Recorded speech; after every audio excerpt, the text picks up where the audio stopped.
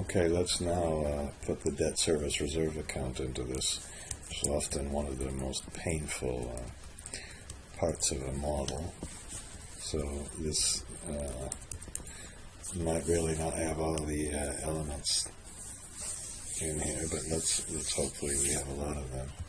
DSRA, and again, if you're really worried about the fact that it's an annual model, all of these things would be essentially the same with the monthly model. So the first thing let's put is the required DSRA balance. Okay, and for that we can go back to our, now we're going to color all the inputs, and put this as a different color, this sheet, and do all that kind of stuff. So I think we should take that and divide it by 12, so that we need 50% of the next year's debt service. So if we put, we start in this period, we can just look at the target debt service up above and say, okay, let's take 50, let's fix that and take the next year's debt service, Shift Control R, Shift Control R again, okay? And then, oops, 12. Then let's put the opening balance.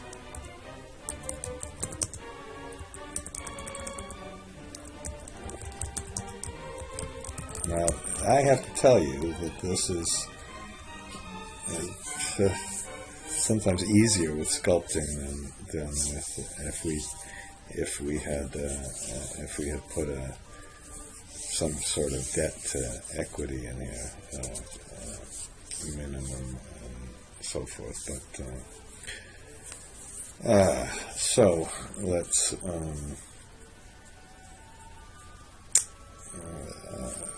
after we put the opening balance, let's put the required net DSRA funding, and then once we put the debt service reserve funding in, then we'll let's just put the opening balance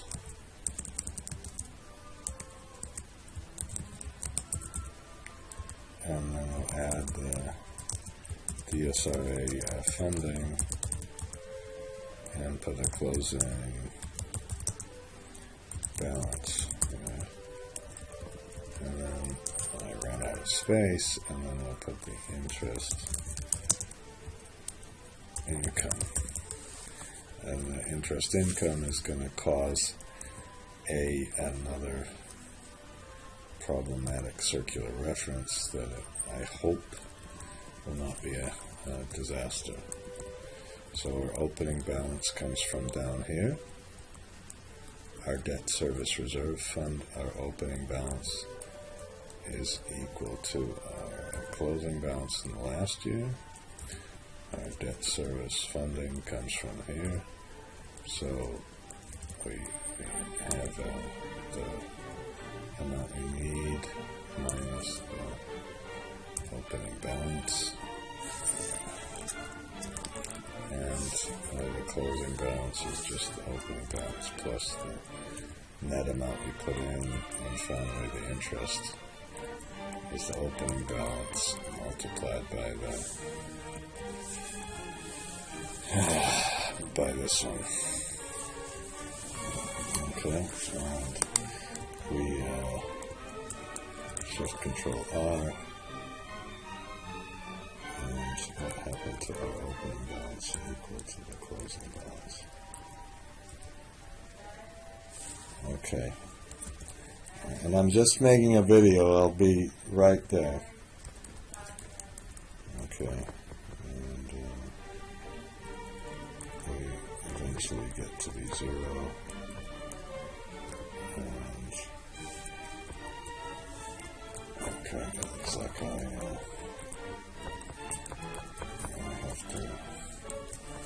stop this for a moment. And here we've got all the basics built, but we haven't done the hard part. Part of this is we need to put the DSRA funding into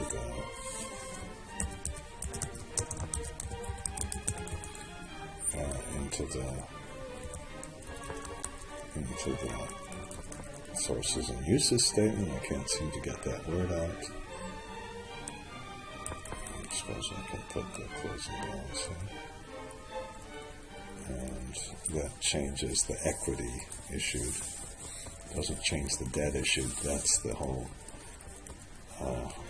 nice kind of thing about debt sculpting. It's all a function of future cash flow. Who cares about how much the cost of the project and all that is. Now, what we're going to do here is, as soon as we put the interest income here, and then we put the interest income in the rest of these, we're going to get some circular references, and for that one I'm going to develop a little function. So I'm going to pause the video right now. Okay, so to continue, I just took a long break. What we need to do is get the interest income independent of the rest of the calculations. And we could do some long copy and paste macro, but that's horrible. So instead, we'll go to the circular macro and we'll make a function for interest income.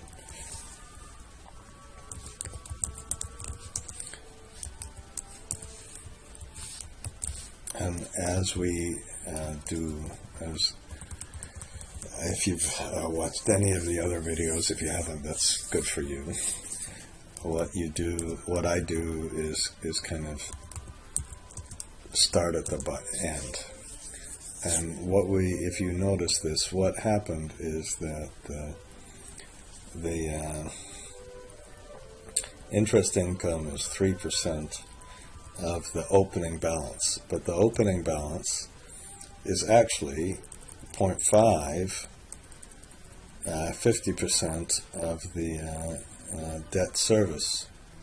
And the debt service itself is the EBITDA minus capex minus taxes, and taxes might be a problem there. So let's start working on this. And I just realized taxes are going to mess everything up. But we could put DSRA balance times interest, and I'll put income rate. So I'll put the income rate here. Now the DSRA balance is equal to the debt service multiplied by the DSRA percent. Okay, and why did that put it in a capital letter? I hope it's not somewhere else already. Okay, now changed. Okay, now the debt service is equal to the CFADS.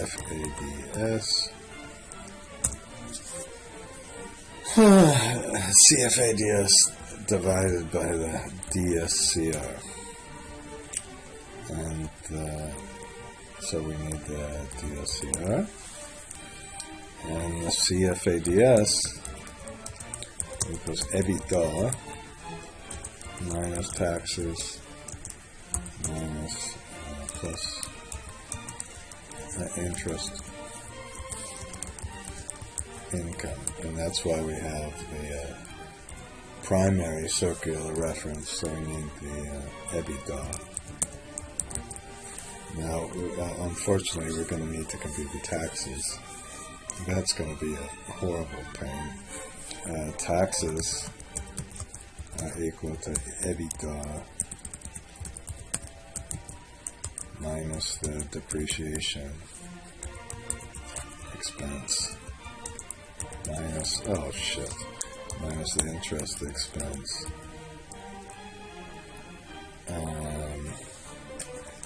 plus the interest income. That's why we have another problem. Now the depreciation expense luckily is independent.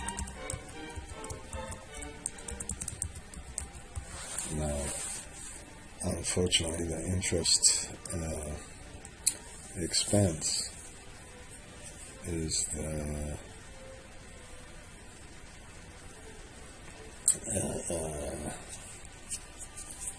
let's just see, it's the debt balance, of course, times the interest rate. And the debt balance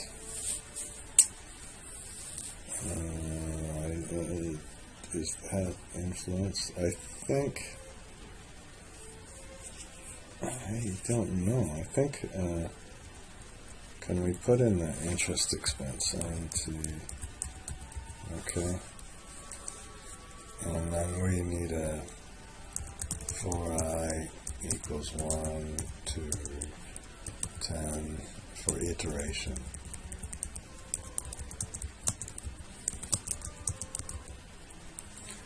And let's tab these over. Go next. Okay. Is the interest expense?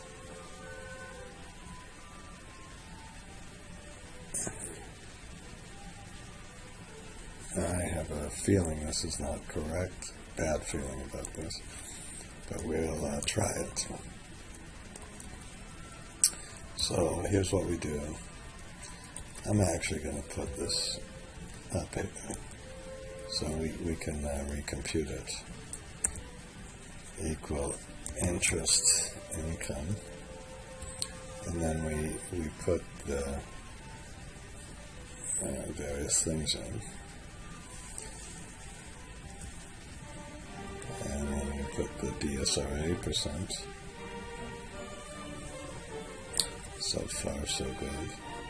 We put the DSCR, which is not the same this time each period, so we can just take this number. Okay. And we put in our EBITDA. And we put in depreciation expense to get our taxes. And finally, and this is what I'm very worried about, I can't imagine this will work actually. Okay, and just give me a minute. Okay, I made a couple of mistakes. I spelled EBITDA wrong. That was bad. In taxes, we need some kind of function. That was pretty clear, actually. But one of the most important things is I had neglected to put the capital expenditures in. I think I also, last time I left off, hadn't put the tax rate in.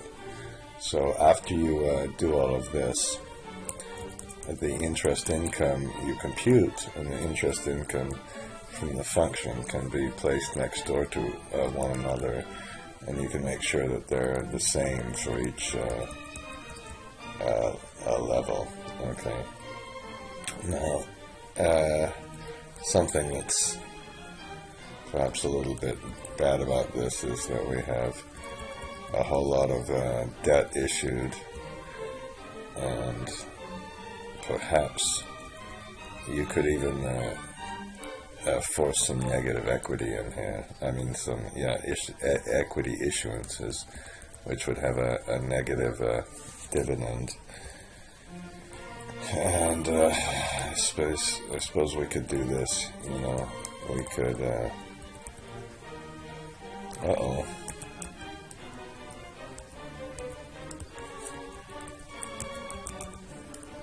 Oops. So let's make this one the ultimate DSCR, and we can put something like 0.8, and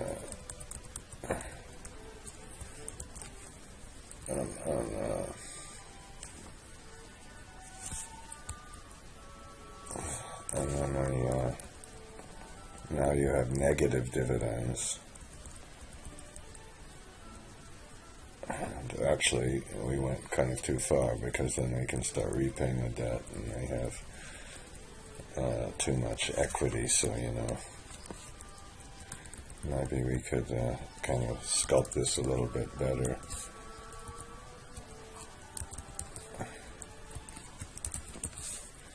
Okay, and so we kind of started repaying debt, maybe something like that.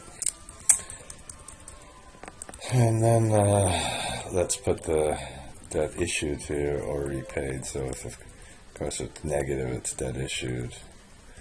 And then we can, if we want to make a little graph of this,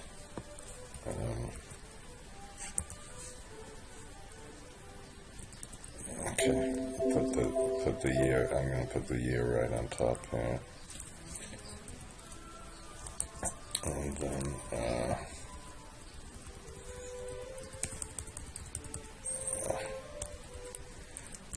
we can make a shift F11, a graph. I don't know what that. Interest expense.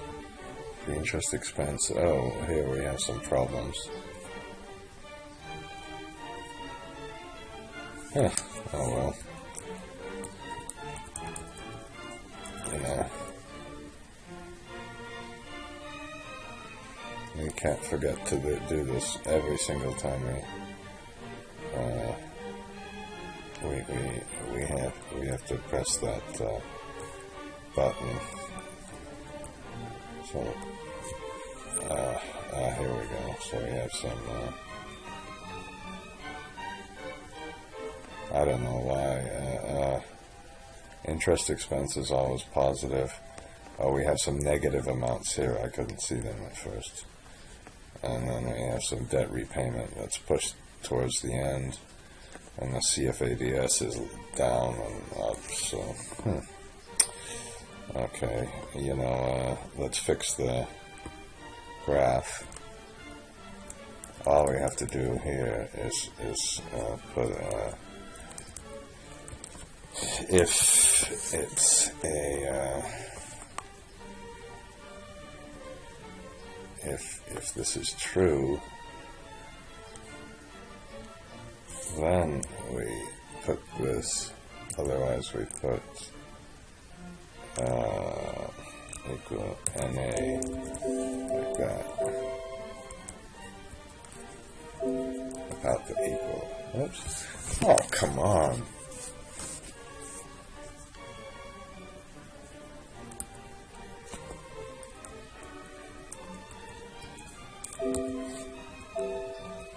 Okay. Oh, great. Okay. Ah, shit. Okay.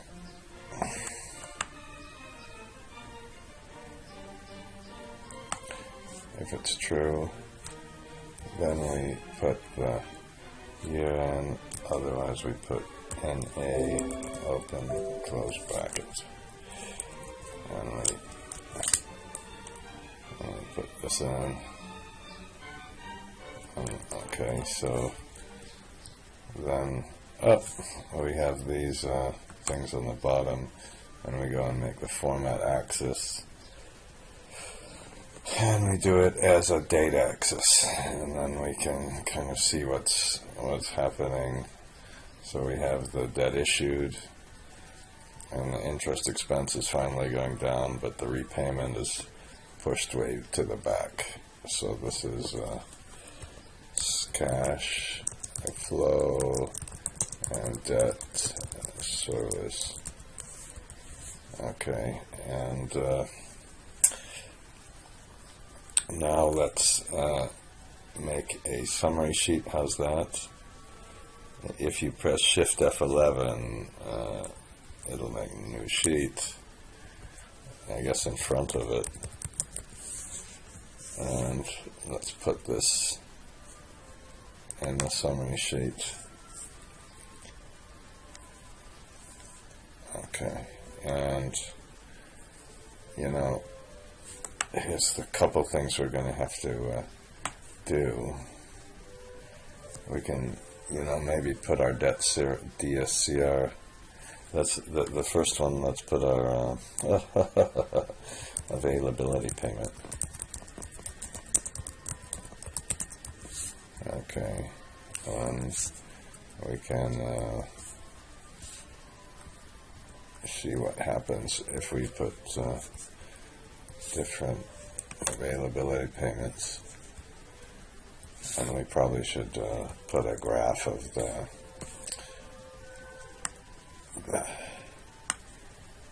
and let's how about let's compute the equity IRR that we haven't got yet. Okay, so maybe we should put some outputs. We have the DSCR, so we can, the equity cash flow is the, first we take the amount we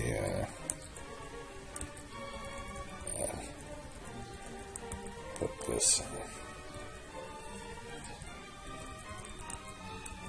we put a minus there, and then we just put our minus for the dividends or plus for the income.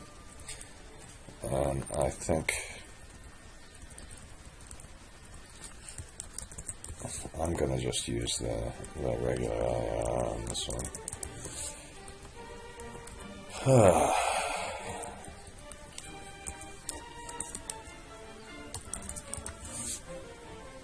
Okay. So we only get 6% IRR. That's not so good, is it? After all that, we get about, oh, that's because we have an 8% interest rate, you know. So we can put our equity IRR project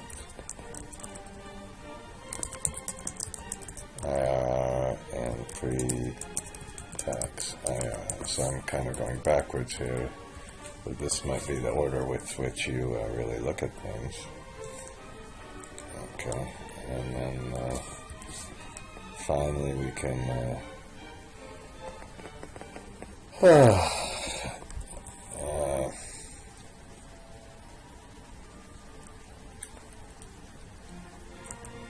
and pre-tax IRR.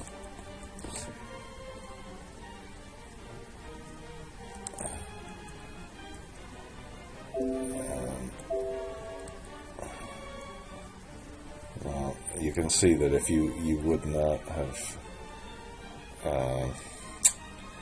made sculpting, this would be very difficult because we have to push the debt way to the back. So if we want a higher equity IRR, we can start pushing this up. But now, you know, we better put the difference that we have in our, from our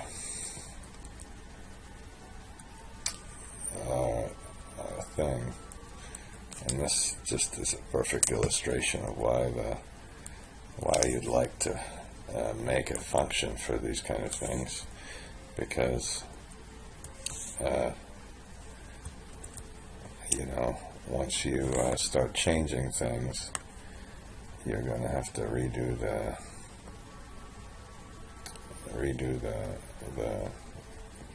debt. So if we want something higher, you could actually attach the macro to this, but it would be so slow that it would be kind of crazy.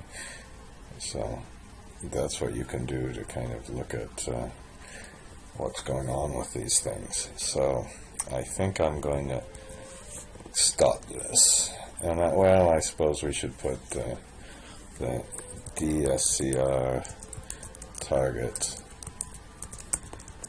within that final. That's this one. We could, you know, I'll let you for an exercise go and put a little spinner box around that one so you can see what happens if you change this. And then we can put we should put some kind of indication of what the debt and the equity is, some sort of sources and uses of funds statement, but this is a little bit trickier because we should do it over over the first 5 years. So I'm going to stop now and call that a model.